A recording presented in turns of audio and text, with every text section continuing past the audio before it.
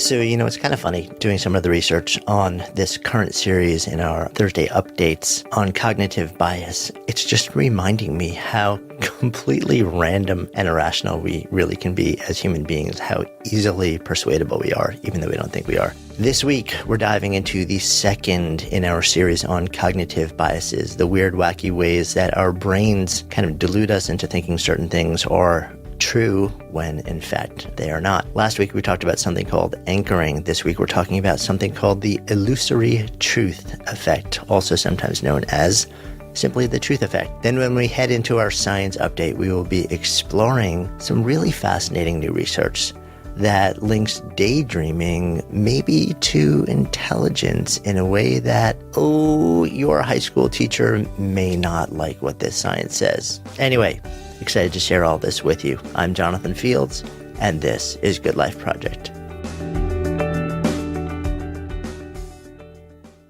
So we're diving back into our series on cognitive bias. If this is the first Good Life update that you're listening to, this series began just last week. So you can, if you feel like it, jump back over there or just continue to listen to this and then go check out last week's if you want to catch the whole series on cognitive bias, the weird ways that our brains work and lead us to think and believe things that are completely irrational and not true, and have no idea that we're thinking and believing these things. We think that we're, just regular, ordinary, rational, intelligent, unpersuadable human beings, when in fact we're not. This week, we're exploring a bias that is known by various names in the original research. The researchers coined the term the illusory truth effect. It's come to also be known as the truth effect. Here's the way it works. So, and I'll give you a couple of examples because I think it's easier to understand this way. Let's start with our own internal thoughts. Now, probably a lot of the things that we hear throughout the day, oddly enough, they're not things that people tell us. They're actually things that we tell ourselves. Yes, we have chatter going on in our noggins all day, pretty much every day, and oftentimes when we sleep as well. Witness the fact that so many people wake up in the middle of the night with deep conversations going on in their head, sometimes anxiety-provoking, sometimes calming, sometimes big ideas. That tends to happen all day, every day in all of us. Our brain is constantly chattering at us. Now, here's the thing. Among all that chatter, there's some interesting stuff. There are some ideas. There are some big awakenings. But very often, we drop into a pattern. And that pattern is some level of compulsive repetition. And for certain people, that can rise to a level of obsessive compulsive repetition where it literally impedes on your ability to live life. But it's actually a pretty common phenomenon that many of us will latch onto something and just keep repeating it over and over. It's not uncommon for us to do that with things that have either happened in the past, where we are regretting or fretting over, or things that we anticipate might happen in the future. And here's the interesting thing. Regardless of whether the original thing, if it happened in the past, was true or not, maybe it was something that was said to you or about you or you learned or discovered, or whether there's any real rational basis for it potentially happening in the future, if the thing that we repeat in our head says that it's true or it's likely to happen, then whatever the thing is that we keep telling ourselves, whatever the story is that we keep telling ourselves, the more we repeat it, the more we take that idea or story or thought and hit spin in our noggins, the more our brains begin to believe it is actually true, that it is our lived experience or ultimate truth or absolute outcome, even though it may have no basis in truth, in fact, and a very low likelihood of occurring if it's something in the future. This is the illusory truth effect. It's our brain's default to believing things based on how often they're repeated to us, not based in any way on their actual connection to truth or fact. It's an illusion. Now, here's the thing. we've all experienced this when it comes to our own self-talk, right? Our own internal brain babble. And we know that we can talk ourselves into and out of pretty much anything we want to do or not do. And one of the ways we do that is we keep repeating something over and over and over until it becomes our inevitable truth. And that truth, even though it's a complete lie, will lead us to take or not take an action. So we do it to ourselves all day, every day. But here's the thing. This bias doesn't just happen as a result of the stories that we tell ourselves in our own brains. It also happens as a result of things that we're exposed to outside. So the more we are exposed to something in our world, the more we tend to believe it's true. So some of the original research on this was done back in 1977 at Villanova University, and it was a joint study with Temple University as well. And in that study, a whole bunch of students were taken, as often is the case with university studies. This is kind of fun, right? Because we're kind of getting a double dose of science today, because our cognitive bias ties into it, and then we'll be talking about another cool, very recent study coming up in our science update. But for our purposes now, researchers at Nova and Temple took a bunch of students and they showed them a series of 60 statements, right? It could be plausible, maybe not. Could be truthful, maybe not. Generally, they were based on topics that it was assumed that these students really didn't know much about. So they wouldn't really have an easy way to validate or invalidate all of them. And they had all these 60 statements. A couple weeks later, the same students were given a new set of cards. And in those cards, 20 of the original statements, 20 of the original 60, appeared again. 2 weeks later, the students were again given another set of cards.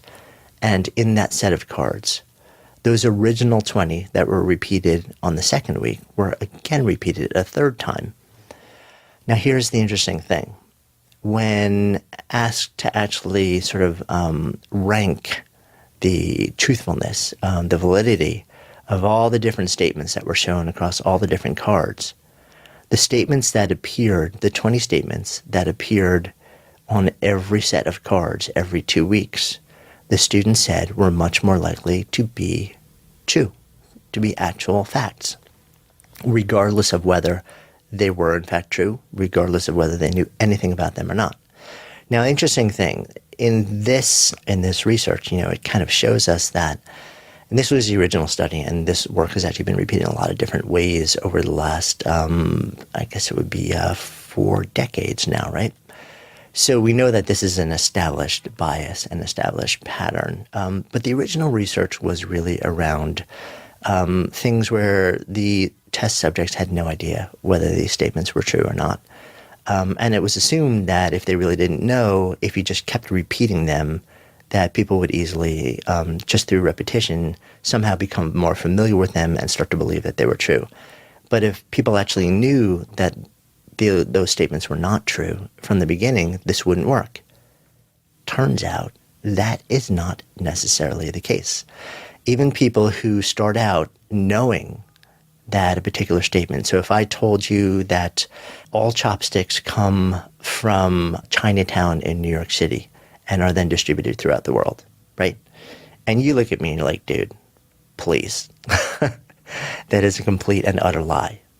Turns out that if I keep repeating that statement to you, or you keep reading it, or you're exposed to it on a daily or a weekly basis over and over and over and over time, your brain doesn't even realize it. It starts to believe it. Even if in the beginning you absolutely knew that it was a lie, this becomes your truth.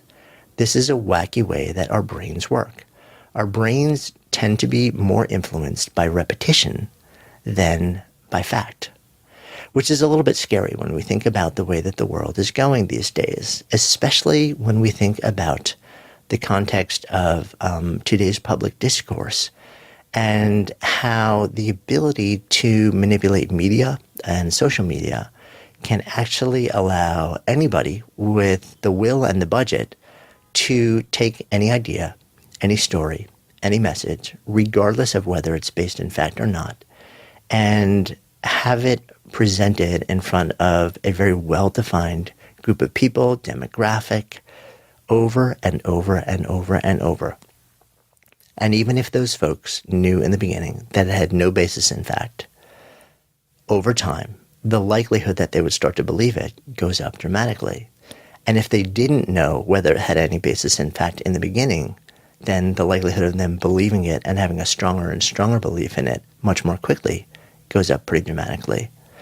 Which makes it kind of really important to just understand this bias for our ability to make well-informed decisions in the world, and start to realize that anytime you see something, that whether it's advertising or politics or public discourse or really anything, and there's an idea or thought or story that is being presented to you in a substantially similar way over and over and over, and you feel like you're just, like, yes, that completely makes sense. I believe it. This is the truth.